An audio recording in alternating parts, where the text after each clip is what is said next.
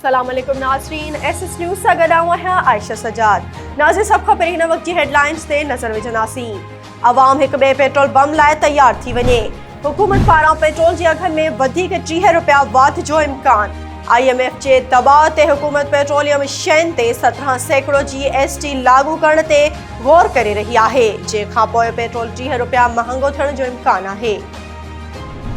नाणे वारे वज़ीर इसहाक़ डार चयो आहे त इमरान ख़ान नथो चाहे त मुल्क अॻिते वधे ऐं इज़त सां रहे, पर हू चाहे थो त संदसि अपोज़िशन में मुल्क ॿुॾी वञे। इमरान ख़ान जी गैर ज़िम्मेवारानी ट्वीट जो मक़सदु मुल्की सलामती जी सूरतहाल खे नुक़सान पहुचाइण ऐं सियासी माहौल खे ख़राब करणु आहे।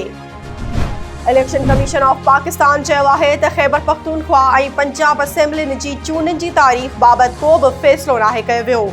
लॉबिंग सां लाॻापियल ज़रियनि वटां गर्दिश कंदड़ ख़बरूं बेबुनियाद आहिनि। दादू जी अदालत जो जज तब्दील थियण सबबि मेहर जी टीणे क़त्ल केस जी ॿुधणी 25 फ़रवरी ताईं मुलतवी।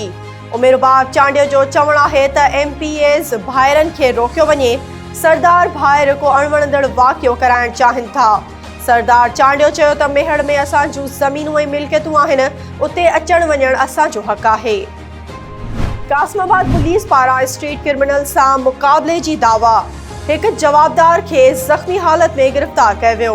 पुलिस जो चवणु आहे त CIA पुलिस जी निशानदही ते कासमाबाद में ज़रदारी मोड़ वटि चेकिंग दौरान स्ट्रीट क्रिमिनल सां मुक़ाबलो थियो। फायरिंग जी ॾे वठि में हिकु जवाबदार खे हथियारनि समेत ज़ख़्मी हालत में गिरफ़्तार कयो वियो।